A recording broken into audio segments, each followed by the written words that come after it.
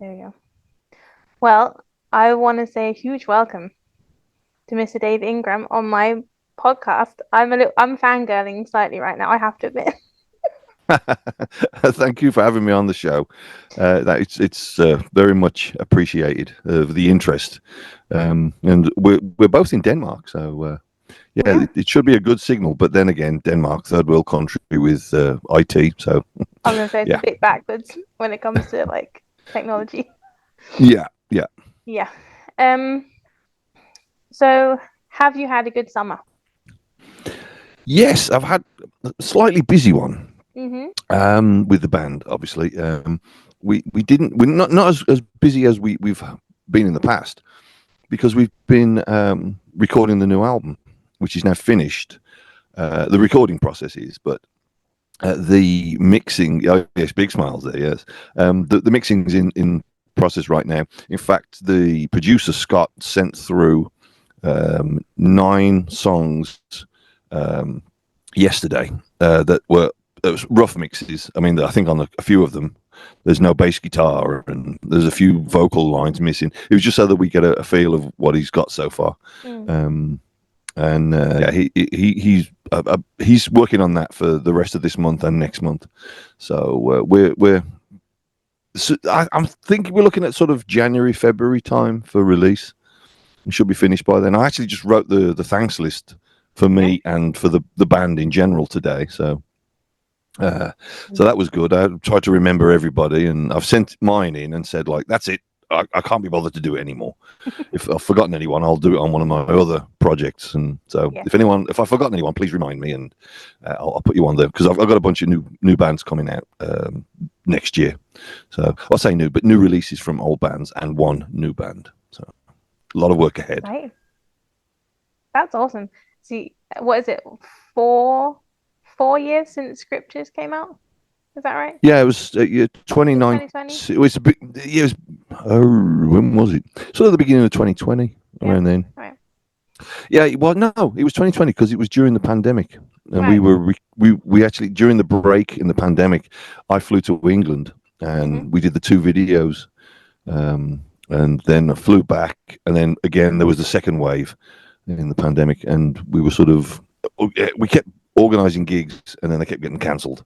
Mm. So yeah, but back to your question. Yeah, this year been very busy. A lot of festivals around Europe, and we've still got a couple more to go. We've got what are we doing? We got one in Sweden in a month. Mm-hmm. In Umeå, is that what is how you pronounce it? Umeå. Well, it's very north of Sweden, Yeah. Okay. um, and Dark Throne pulled out for some reason. They couldn't make the show, Mm-hmm. and so the people said, "Well, would you guys like to do it?" And we're like, "Well, yeah," because it actually would have been at the time we were in South America, but that tour fell through, Mm. and only one date remained, which was Mexico. Oh, yeah, we're going to Mexico as well, like the week later. Wow. So, and that's it. That's it for this year. Yeah. So Then it's been a busy year because of yeah. all the traveling for me. So, but now I'm back for a while. I get some home time with the family. Yeah, that's good. Mm. So new album next year, maybe. I'm very excited for that. I know I'm not the only one. Yeah, I can't I can't really talk about it much. I wish And I could. Um, so yeah, but it's definitely Benediction. That's about as much as I can say without giving anything away. So and that's what yeah, we love and that's what we want. So that sounds yeah. amazing. Um, so talking of modern metal, so first of all, I want to get into your podcast, your new podcast, Oh, okay. with Pete. Two Men Howling at the Moon. Would you like to Yeah. tell me a little bit more about that? Well, we've just done 2 episodes now so far, and we're actually recording some more tomorrow. But what the podcast is myself and Pete. We had this idea of we were chatting one day online because Pete has done other podcasts and I've been on them, and he and I sort of carried on chatting once we'd finished the show. And we said about how things were different when we were younger because he's around the same age as me, Mm-hmm. and sort of going to the movies was an experience for him. He had like drive-ins, and we never had that in England. No. And there were certain things that were different, like Saturday morning cartoons on television, and also when we look back, even just to the 90s and how things were different without the internet, with promoting death metal shows. And that's what we've talked about so far. It's been the death metal show. That was episode 1, with all the death metal promotion, and then episode 2 was about Star Wars and movies, and and it's basically how we complain. We're howling at the moon about things that we can't change, but we can just complain about them anyway. Yeah. Things are different in certain ways, and what irritates us within that certain subject. Right? And it's just a bit of fun. It's not to be taken seriously, It's entertainment. That's all It's it your is. opinion. It's pretty much the same with my other show, Metal Breakfast Radio. We made fun of every band that we played, and it wasn't because we were spiteful or obnoxious. Well, we were obnoxious, or nasty or anything. It was just entertainment. And a lot of bands really took offense. It's like, don't be offended. It's just for fun. But yeah. But I mean, originally we were going to call it Old Men Screaming at Clouds or Shouting at Clouds, but apparently there's about 500 podcasts with that title. Oh, really? So we went with Howling at the Moon because it sounds more metal. So it does. I mean, I like I've listened to the first episode, and you were talking about like subgenres of metal nowadays, or like your sort of subgenres. And how it gets really confusing when you read something that's like black and death thrash punk, and you're like, what is that? Yeah. Yeah. Black and death thrash folk Mickey Mouse pirate, beetroot banana. There's all these different subgenres. It's getting ridiculous. Yeah. And don't get me started, because I'll end up having a rant like I did on the show. But yeah, it does get kind of silly with all these different genres, subgenres. I would say, like, just call it all extreme music, because that's what it is. Yeah, I think I DM with Pete quite a lot. He's a funny guy, and we were talking about it. I said to him, because I do PR for some bands, and I say to them, if you're not like, if someone listens to you and doesn't go, oh well, they're black metal or they're death metal, then just label yourself as extreme metal, because all these like putting 4 or 5 different adjectives before you're like, no one cares. Yeah, exactly. It's really confusing, and it's just putting yourself in such a niche that you're not doing yourself any favors. So yeah. But because how old are you? I'm 27. 27 plus? No, I'm actually 55. 55. I sort of think like a 27-year-old, but no, I'm 55. Yeah. Okay. So, in your opinion, how do you feel about the progression of death metal through the years? Well, it's had outside influences on it for a start. If there was if the advent of the internet had not happened, it would have gone a completely different way, because nowadays the internet has made things a lot easier. And I've said this so many times in so many interviews, and it's the biggest example I can give.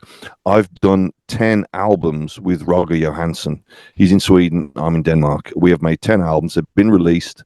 I have never met the guy. We have never been in the same country, and sort of been aware that we are. I've been in Sweden, but he didn't know I was there. But yeah, we've spoken online via Facebook Messenger and email, and that's it. Yeah. So that's the best example I could give. And I think as well, another outside influence is technology. You can now record, like I do with Roger, at home, like we're doing right now. We're doing this. Normally, it'd be like only on the telephone. You'd have a microphone next to the, stuck on the phone, and recording it onto a tape recorder. That would be it. But now, it's totally different. And technology is an outside influence as well that has changed things. It's made it easier, and I think it's made people a little lazy. But there are way more positives. They outweigh the negatives far more. We've now got access to a lot more talented people, and there are a lot of great bands out there that I wouldn't have known about. I would not have known about, and it's not just death metal. It's like every genre, every piece of music, everything that's out there, and it's opened doors for me because I listen to very little death metal these days. Yeah. The old school stuff, totally. Yeah, I still listen to that, but I'm listening to stoner rock and desert rock, stuff like that. Mm-hmm. That's my jam at the moment, as the kids say. Yeah, that's what I'm listening to. I love that. Queens of the Stone Age, Caius, the band Stoner, Brant Bjork, stuff like that. That's what I'm playing all the time. Yeah. It's And interesting because I follow a lot of death metal musicians on Instagram, yourself included, and like you often post about what you're listening, and it's very rarely extreme metal that you post. And it's the same with quite a lot of death metal musicians, and I find it really interesting because um I don't know, do you is it because you make death metal that you want like something else to listen to? Or is it just because like what is it that makes you listen to other genres? I think after so many years of so I used to listen to death metal all the time back in the 90s, and it was throughout the 2000s that my tastes didn't change. They just expanded even further than they are now. I mean, they're pretty varied and Yeah. eclectic before, but now they're way bigger. And I don't think it's because I'm tired of death metal. It's not. I just want something else. Yeah. And it doesn't mean I'm going to stop and play stoner rock or whatever, because I'll probably be terrible at it. But I know I can do death metal, and when you're good at something, do it. You know? Absolutely. Yeah. And okay, I know I'm sort of blowing my own trumpet right here and saying like, yeah, I'm good at it. But well, the proof's in the pudding, as we say in England, isn't it? It is. You look at scriptures, wait till you hear the new album, then you can say, yeah, the band are good at it. So we don't want to change. We're not going to turn into a indie prog rock, pirate, beetroot, banana, one of them bands. So we can Oh do an my old God. school death metal. Imagine buying a ticket to see Benediction and then you come out with some like like shoegazy fucking punk Yeah, rock. yeah, with a flute. Yeah, something like that. Yeah, yeah. Yeah. That would not go down well. No, I don't think so. No. Do you feel like growing up in the UK metal scene has influenced your music, like the music you make? Absolutely, Mm, absolutely. Because I grew up in the Black Country, which was industrial, yeah. and where it was. Again, I've said this in other interviews. I would wake up and I could hear the foundry banging, the big hammers in the foundry, boom, boom, boom. When I woke up, and it was a very comforting sound. Mm, It was wonderful, and yeah. So that sort of industrial sound that was sort of picked up on by bands like Black Sabbath, of course, and yeah, we sort of had that as an influence as well. So it was part of our lives, and well, I'm grateful for that. I'm grateful for my upbringing in those places. It was brilliant. It was dirty. You could go out and play in the dirt, the dust, the coal dust that was out in the street and stuff, but right next to the factory. And yeah, it was fantastic. yeah. Sounds awful, but it wasn't. It was great. No, it sounds, and you can hear the influences in people's music. I love it. Like Yeah, yeah, it's totally. really it's very visceral. I love it. Yeah, Yeah. absolutely. Um. So when you were young and you That was first a while heard, ago. no Sorry. comment. I'm gonna Yeah. be nice. So which bands grabbed your attention and like sort of sucked you into the world of metal? What really like started you off on your path into metal? Yeah, it was Black Sabbath, Sabbath, Bloody Sabbath. Hmm. That first riff. Yeah. It was my sister's album, and I got it actually in my collection here. I borrowed it and never gave it back. Um, yeah, it was that album. That initial riff, it was like that a crystallization moment, and Mm. hearing that, and I knew Um, that was what I wanted to listen to. And I'll be honest with you, for the first 8 weeks or something, I only listened to that first song. Yeah. The rest of the album I didn't play. I was just listening to that first song over and over because I enjoyed it so much. Yeah. And then listening to the rest as well was it should have advanced me. Like, I mean, I was like, what, 7 years old, so listening to one song over and over was something that a young kid can do. Yeah. And then there was that, and then that was sort of the first album. The first single I bought was "Tommy Gun" by The Clash, Yeah. and it was like I found it in a second-hand store, and yeah, of course, so that sort of gave me the punk head, and the Sabbath gave me the metal head. So yeah, and I've had that over the years, like mixing it up with punk and metal, right up until, like I say, the 2000s, when my sort of musical change, the choices changed, and they widened. So yeah, it was Black Sabbath that started it for me, and the album Sabbath, Bloody Sabbath. There was also a band called Budgie. I don't know if you know those. They're quite underrated, and it's criminal that they are underrated so much. But they had an album called Night Flight. And again, my sister had the cassette, and I borrowed it, and I've still got it. Actually, it's up in the attic because I don't have a cassette player in my media room. So yeah, so yeah, I've got that. But I do have the album on vinyl now. Of course, I'm a vinyl collector. I'm a vinyl nut.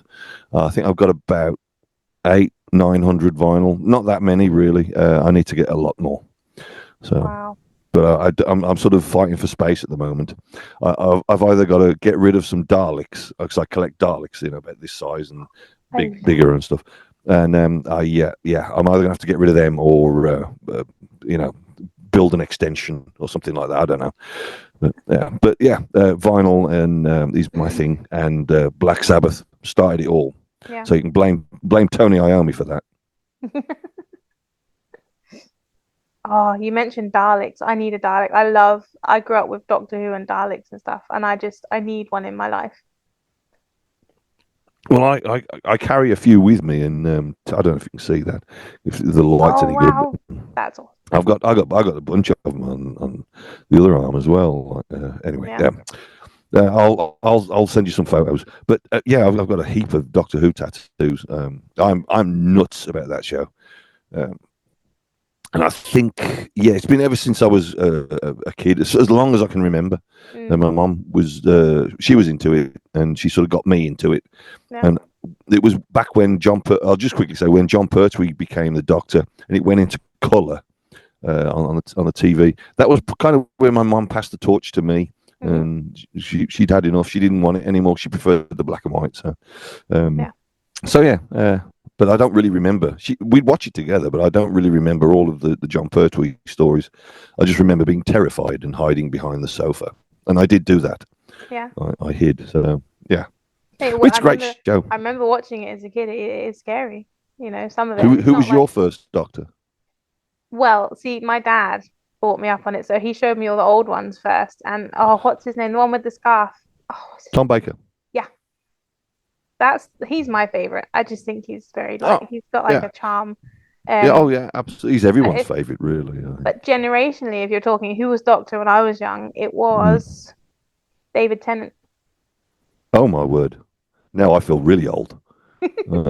I do have a soft spot for him, but my favorite one is I like the older ones. I think they're really I just think they got a charm with them, and I'm the same with Star Wars films. I prefer the ones made. Was it in the 70s or 80s? Okay. Well, that's the thing. We talk about that on the Old Men Howling at the Moon about Star Wars, and Pete, the other host, he says he doesn't like the newer stuff. And me, I love all Star Wars. Yeah. I don't have a problem with it. Yeah, sure, some of the stories are a bit lame, and some of the side plots that they have. Yeah, sure.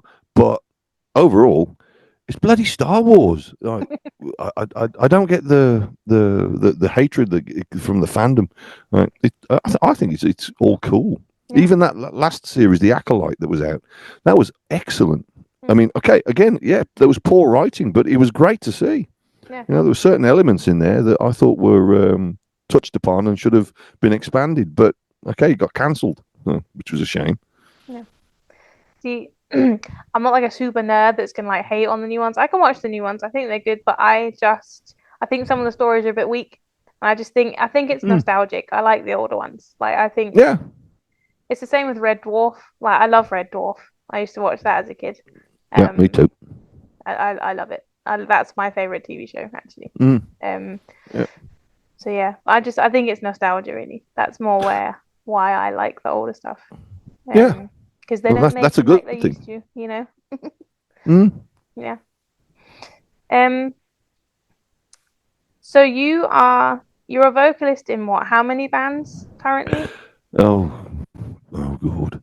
I can Yeah. count. Okay, I'm gonna have to count now. So obviously Benediction, Yeah. um, Down Among the Dead Men, Echelon, Sinner, although we haven't done anything since the first album. Stygian Dark, Hellfrost and Fire, um, Formaldehydist. Again, we haven't done anything since the first one. And there's a new one coming out called Sand Cadaver, which is like a doom metal, but with desert rock lyrics. Okay. So, but in a doom way. It's kind of weird, but I don't know. Maybe it's something. It's going to sound like anything else, but produced differently, Mm-hmm. and lyrically it will be different to what you've heard before with doom stuff. So we're looking forward to that. Mm-hmm. It's got Gio on drums from Benediction as All right. well, so that's cool. And Peter, he's from Sweden. I can't remember. I can't say his last name because I can't remember it, to be quite honest. But yeah, he's on it as well. And I think we're going to try and get Nick, who's the bass player from Benediction, to do some solos and stuff on there Yeah. because he's a really good guitarist. He's a Awesome. bloody awful bass player, but still, don't tell him I said that. No, actually, he's not. He's actually really good. It's actually really good. Yeah. Yeah. So what But inspired? yeah, I think that's all the bands I got covered. Yeah. Yeah, I think that's it. So it was what was it? 8, 9, something like Eight. that. I think it was eight. 8. Yeah, yeah, I counted seven in my head, and then you said the new one. Right. Okay. yeah. So 8. Yeah. Okay. Um. So what inspired you to be a vocalist and not like a bassist or a drummer? Well, actually, I was a bassist originally. I was in a band in Birmingham called Plague HDC, Yeah. and the HDC stood for Hippie Doom Corps for some bizarre Amazing. reason. I have no idea. And I was the bass player, and I did backing vocals. And then at one point, the singer, he wanted to go traveling around Europe, and we got a gig lined up. So I did the vocals for it, Yeah. and people were saying, "Well, that sounded pretty good," and I was like, "Oh, okay." And then he came back, and we didn't disband. We just sort of had a hiatus for a while. And then I was out in Birmingham with him. He was on his way back to Europe to travel around again, and we were out in Birmingham in this pub called the Costermongers, a place where we always go to, or we used to go to. And Benediction were in there, 3 members of Benediction, and they looked really sad and glum. And I said, "What's the matter, guys?" I said, "Oh, Barney's going to quit the band because he's got Napalm Death and he wants to do that full time and not Benediction anymore." So I said, "Well, I'll audition." And they said, "Okay, come in on Saturday." So I went in on Saturday and auditioned. And then about 4 days later, they said, "Meet us in the pub." So I met them and they said, "Yeah, you got the job." So, Awesome. yeah, so that was that. But it was really being the bass player and then the backing vocalist. And Mm. I could do vocals and I could play the bass. I couldn't do both. I sort of, yeah, I couldn't multitask in that way. Yeah. So, the bass playing suffered and the vocals would suffer while I was trying to play the bass. So, yeah, it was Yeah. one or the other. And yeah, I'm lazy. If I'm a vocalist, I don't have to carry anything. And you can sort of say to the drummer, "Peel me a grape," or something, like that. Yeah. Amazing. So, yeah, I know you can't talk about the new album much, but did the recording go well? Has everything gone smoothly?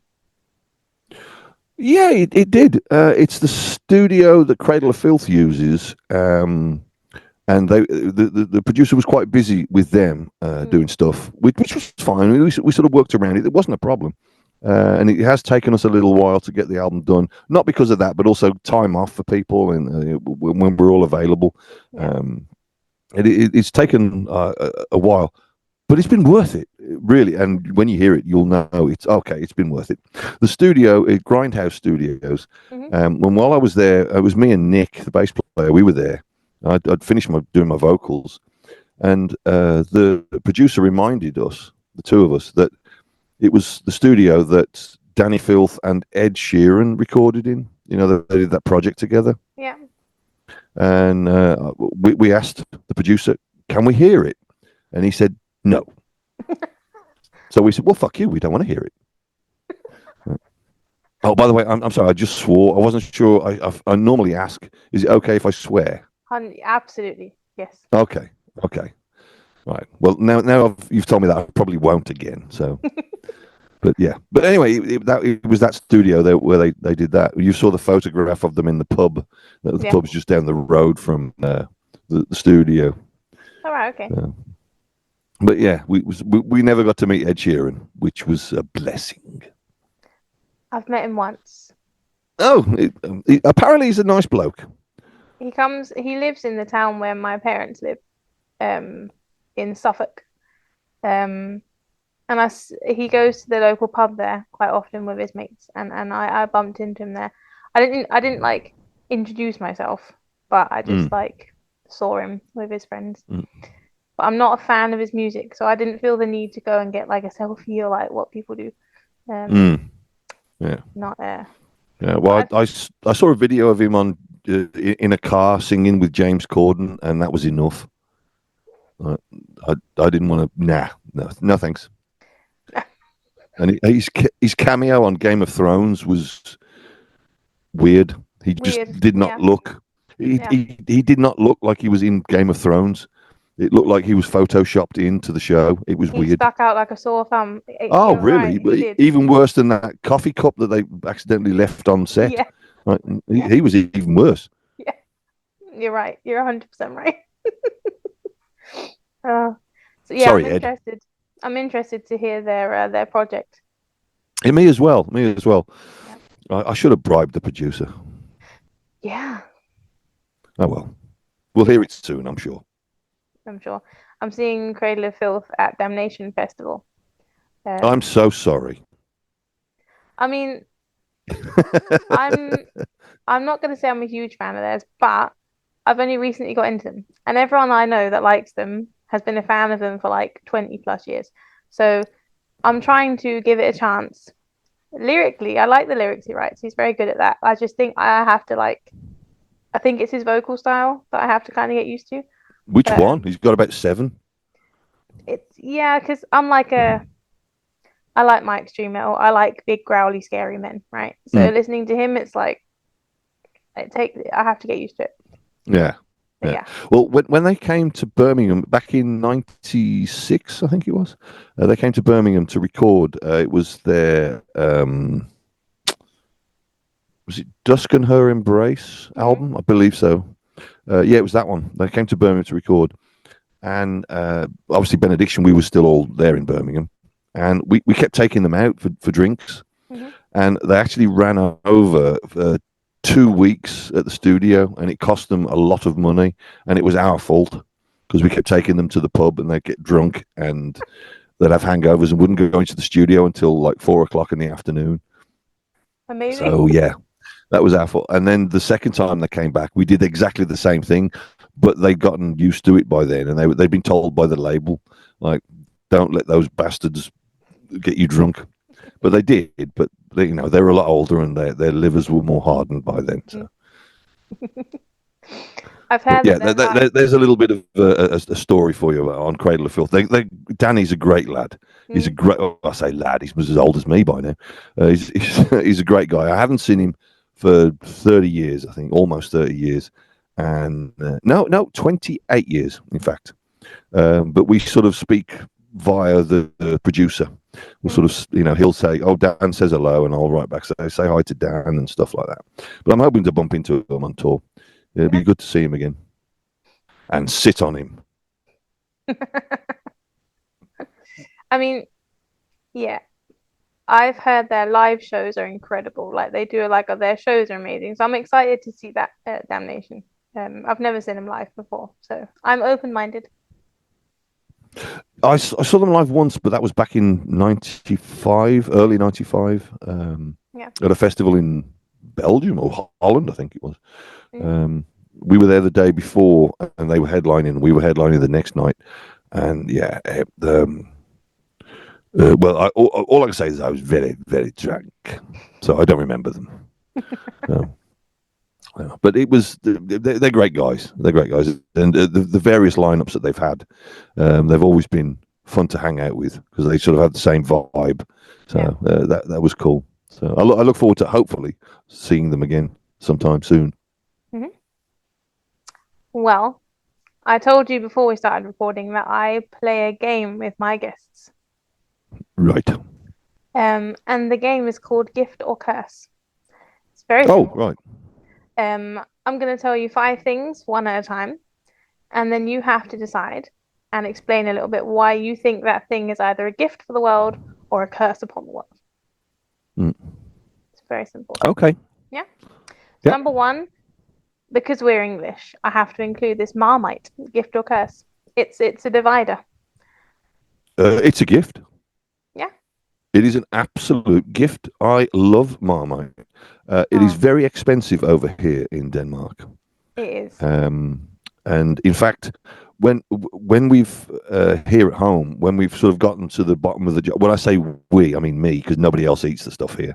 Um, when I've got to the bottom of the jar, there's nothing else you can really get out. I put the jar in the cupboard and forget about it. And then when I'm sort of cooking, if I'm making some sort of meat sauce or whatever, Mm. I'll pour boiling water into the jar and sort of swoosh it around and then pour that into the sauce for Yeah. that little bit of tangy Marmite flavor. Mm. And my family hate me for it. But yeah, it's definitely a gift. I could not disagree. I mean, I could not disagree more. It's the worst. Oh, right. Oh, dear. Yeah. I do appreciate that it makes like you said, mixing it in with like meat sauce or something, like it Mm, gives that like savory flavor. I get that. But when yeah. people put it on toast, fucking mad. Absolute Oh, madness. yeah, because it's all B vitamin and it's actually very good with on toast, in fact, because the toast you've got your carbs and the Yeah. B vitamin's great for hangovers. Yeah. I mean, Mm. my dad eats it a lot, so that might be why. Oh, okay. All right. I like your dad already. Yeah, you would actually get on Yeah. really well with my dad. I'm probably older than him. Nah, he's 58, Oh, okay. Well, we're about the same age then. roughly So, the same age. Yeah. yeah. Um, so okay, so you think it's a gift, I think it's a curse. Fair Mm. enough. Number two, another thing that divides people is pineapple on pizza. Gift or curse? Yeah, it's a gift. Yeah, I like pineapple on pizza because if you have it with a nice salty pepperoni Hmm. and jalapenos, Yeah. it's the great combination. And you also need extra cheese on there and obviously extra pepperoni. So Hmm. I used to do that a lot. And yeah, I know these days I don't do the pineapple on pizza, but it's because I like having béarnaise sauce on the side and dipping the pizza in there. So That's that's great. that is good actually. As Mm, a yeah, Now living in Denmark, but no sauce on fucking everything is brilliant. yeah, Um, exactly. Yeah, but definitely pineapple on pizza. If you're going to have a Hawaii pizza, Hawaiian, then have it with jalapenos and extra pepperoni and extra cheese and bacon. yeah. And yeah, because it's all that the salty meats. Mm, They're really good combination with the sweet pineapple and the jalapenos just top it off. So yeah, a gift.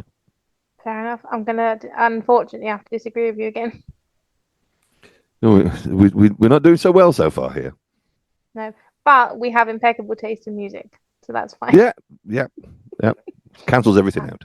I just think fruit on pizza. I understand. I get this like sweet versus salty thing. I understand like how it balances it out, but I just do you know what the worst thing is in Sweden they put banana on pizza. Have you seen that? Yes, I've seen it. I watched people eat it while I was there when I was doing that band just before dawn, and they had that, and I thought, you are horrible people. Monsters. And yeah, yeah. The worst one I've seen is banana and curry sauce on a pizza in Sweden. Okay, I can kind of get it because of banana in curry, It makes like a slightly korma more and stuff. You sense, can but put, still. yeah. Or was it no? What is the curry? It's a Rogan Josh, I think it's called. But yeah, you can have banana and fruit in curry. Mm, But it depends on the curry. You know, if it's it just does. like chip shop curry sauce with banana, that's just ridiculous. I agree. So yeah, But that's just mm, Sweden, really. yeah. Well, what do they know? They can't even speak properly. Sorry, Sweden. It's true, though. It's so Yeah, true. well, no, it is because they're all hurt. It's all that's all I hear.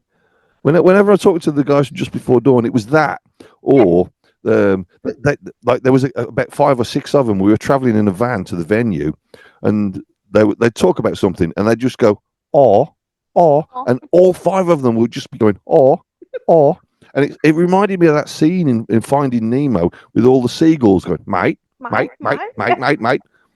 It just reminded me of that, and I was just sitting there holding in howls of laughter, watching these bloody Swedes Yeah. going, oh. Right. It's so true, though. It's so Yeah. true. And thing is, in a month, I'm going to Sweden, so I'm going to die. So, yeah, sorry, You're just going to Sweden. get people coming up to you going, oh, Or, oh. yeah, the whole crowd's going to be doing it by the Yeah. time we get there. Yeah. Oh, no. Oh my gosh. Yeah. The number 3, the use of AI, artificial intelligence, for writing music. Gift or curse? Oh, that's a curse. That's an absolute curse. For writing music, for writing lyrics, for using artwork, it's a curse. If you want to sort of make stupid pictures of, I don't know, Vladimir Putin pole dancing, then yeah, it's a gift. Yeah. You know, that's what I use it for. I also use it for, I've got like an app on my phone, and I Mm. put my own photographs into this app. It uses AI to alter them, and they just kind of look weird. It looks like you're coated in chocolate and stuff like that. It's Yeah, it just does. bizarre stuff. I've posted a few online, and Those ones, those ones you uh, posted on Instagram the other day. I was laughing. yeah, oh yeah, because it changes gender. You It had a changes the vagina on gender one in the of them. photo. So You did. you look like a guy in your face with a beard and everything, except it gives you your breasts. You got big boobs. It's like, what the hell is going on with this AI? Yeah. I In one know of it can't them, get hands right, but okay, come on. in one of them, you had a beard and boobs and like a camel toe and like very That was it. shiny. Yeah, yeah, yeah, yeah. That's right. Yeah, Beautiful. very bizarre. But that's where AI is fun. It's just the silly Yeah. things like that. Yeah. That's what I do with it. It's fun, and I've had people who go off on one, say, "Oh, you can't use AI. It's terrible." But these people seem to forget, and they're artists, and they're worried about their art being stolen. Mm. And I understand AI does that. It steals art. It scours the internet, finds artwork, and uses it. Yeah. And that's wrong. It's wrong. And bands that use AI for artwork, it's wrong. Yeah. Now, but the thing is, these artists who are complaining about it, they're having photographs of their artwork scans. They're putting it on Facebook. Now, Yeah. basically, what they're doing is handing their art over to the AI, because Facebook and social media in general is AI driven now. Yeah. But they seem to forget that, and they want to blame me for using my own photos in like a phone app Yeah. that uses AI to make me look like a woman with boobs. Just like, come on, guys, Yeah. knock it off. Relax. So yeah, AI for writing music, for writing lyrics, and for artwork is a curse. I agree. I do. Yeah. Yeah. Yeah, we got one. Number 4, Mm-hmm. the Danish language, gift or curse? Pass. Yeah, it's actually, I'm going to say it's a little from column A and a little from column B. It's both. It's a gift because I've been here for 20 years. Remember, 1998 I moved here, so yeah, 26 years. I'm terrible at math. So 26 years, and I'm still not particularly clever with it. You know, I can get through the day, and I can sort of say to people, I'm not very good at Danish, and most people will just sort of, and they're speaking English, and that's cool. But yeah, you know, at some point I'd like to go for citizenship. I think once I've been living in Denmark longer than I've lived in England before, which will be in about 4 years, I think. I was 29 when I moved to Denmark, so yeah, no, in 3 years I'll have lived here longer. So yeah, I think then I'll go for citizenship. And you need to be pretty good at Danish and know some Danish history for that. So yeah, for me, it's like it's difficult to learn. It's difficult to speak. It's difficult to understand. More understand other people. That is the pain in the ass. If I don't know someone, I don't know their speech pattern, and no, I'm never going to understand what they're saying. But if it's someone I've known, like my immediate boss at work, yeah, we get along great. We can chat away. It's brilliant. So yeah, I'm getting there with it. So bit of half and half on that one, I'm afraid. Yeah. I'd have to agree. Like, I like the language itself. I think it's great, and I love older languages. You know, I think they're very interesting. But learning it was a bastard, honestly. And those 3 extra letters they've got that sounds like you're vomiting, awful. Just like I had a sore throat the first year I think I lived here just trying to pronounce everything properly. Like awful. Yeah. So bad. And the numbers, they fuck me up because there's no logic to them in my head anyway. And no one can ever explain to me why they are the way they are. Yeah. But I do like the language, and I got thrown in at the deep end and I had to start working at a school, so I had to learn it pretty quickly because obviously small kids can't speak English. So I would say I'm fluent, but there are still words I come across now and I'm like they like to put the words together, don't they? Like 4 or 5 different words to make a new word, and you just think there's no way I'm going to be able to pronounce that. They just take the piss with that. They do that on purpose, I'm sure. Oh, I'm absolutely convinced by it. And then they like my colleagues will they'll show me one and be like, try and read that, and I'm like, nah, go fuck yourself. Yeah. I can't. Yeah. No. So I agree with you on that one. Actually. Yeah.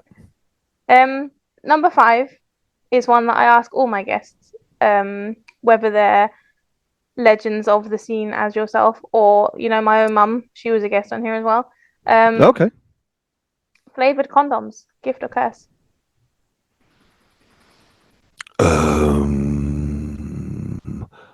I would say curse, because it's going to be artificial, and it's going to be all E numbers and stuff like that. Yeah. And who wants to put one of those things in their mouth? It's not chewing gum, for God's sake. Women don't. I tell you that. Yeah. So yeah. All right. That was a. Yeah. No. It's a curse. It's a curse. I mean, it's a curse, and you wouldn't even buy. I wouldn't even buy them. So yeah. I think it's like I think it's more a novelty, isn't it, rather than yeah, it is. It is. It's like the ones that they had back in the 80s that were glow in the dark. I don't know if you ever saw those. Yeah, it is, until you think about the fact that back in the 80s, it was only sort of late 80s that they started using safe material in that, because the glow in the dark stuff, it's radioactive. Oh shit! And that's really not where you want to put radioactive stuff close to, because, you know, if you want kids not to have 2 heads and stuff like that. Yeah. I mean, okay, it's not going to be like that. So, but no, but I get your point. It could sort of be damaging to the reproduction, shall we say? Yeah, that's a fair point. Yeah, that's a fair point. But I agree, curse, 100%. I've never understood it for anything other than a novelty. Yeah. But I mean, you might have one. You just as well have one that when it's rolled on, it plays a tune. You know, it's like the greetings card when you open them. Yeah. They've got that in it. They could whatever. That might be a good idea. Right. I've just got like Benediction content. Yeah. Give your spouse a religious experience. Yeah. Right. And it plays a bit of a short part of the tune in that piezoelectric style. Yeah, well, we could do that. We could market those. Oh, absolutely. People would buy them because people are merch whores, and they'll buy anything if you put their favorite band on it. Yeah, yeah. Well, we had beer mats. I got a pile of the beer mats somewhere, and I can't find them because I actually do need beer mats in this room. I don't want to leave beer around because I'm going to spill it on my vinyl. So I need a nice beer mat, as I don't want to leave like the beer rings, the condensation rings all over the Mm. place. So yeah, I need beer mats. Oh, So I I think need we a should get some more. Benediction beer mat. Are they Yeah, still for sale? it was scriptures. It was on one side was the album cover, and on the other was the photo from in the album. Yeah. Um, all the live shots of all of us except Gio, who didn't like his live shot, so he took one of himself at home against a wall, and he looks like an idiot. Sorry, Now he I looks need like an one even Italian more. idiot. I need one Yeah, of those. yeah. If I ever find where they all are, I'll put a set aside, like one of each.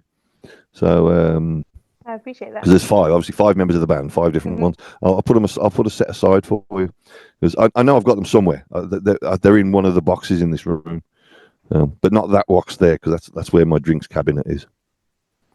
And I will treasure them and probably gift them to my boyfriend, who is an enormous Benediction fan. So, Oh, okay, yes. all right. So he's obviously tone deaf then. So No, he's got amazing taste, obviously. well, okay. Thank you. Yeah. Well, say hello from me when you see him. I will. He will watch this, so you can say Okay, hello. cool. Carry on. No, I mean, if we ever head out into town, because there's bound to be a gig on at some point that we'll meet up at, and so Oh yeah, you, me, and Victor can have a beer. So that would be lovely. I'll hopefully by then I'll find those bloody beer mats. I'll bring them with me. That would be amazing. Yes, Well, thank you so much for your time.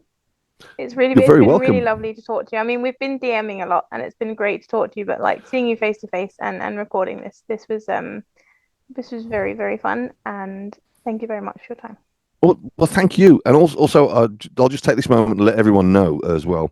Apologise for the days I've had to sort of cancel and sort of mess you around a bit. I do apologise for that, but it's worth it. It was worth the wait, absolutely. So Oh, thank you very much. oh, you're welcome. And know what? Life shit happens, right? You can't help it. Yeah, yeah, no, But thank you very much. all right. I'll speak to you real soon. Okay.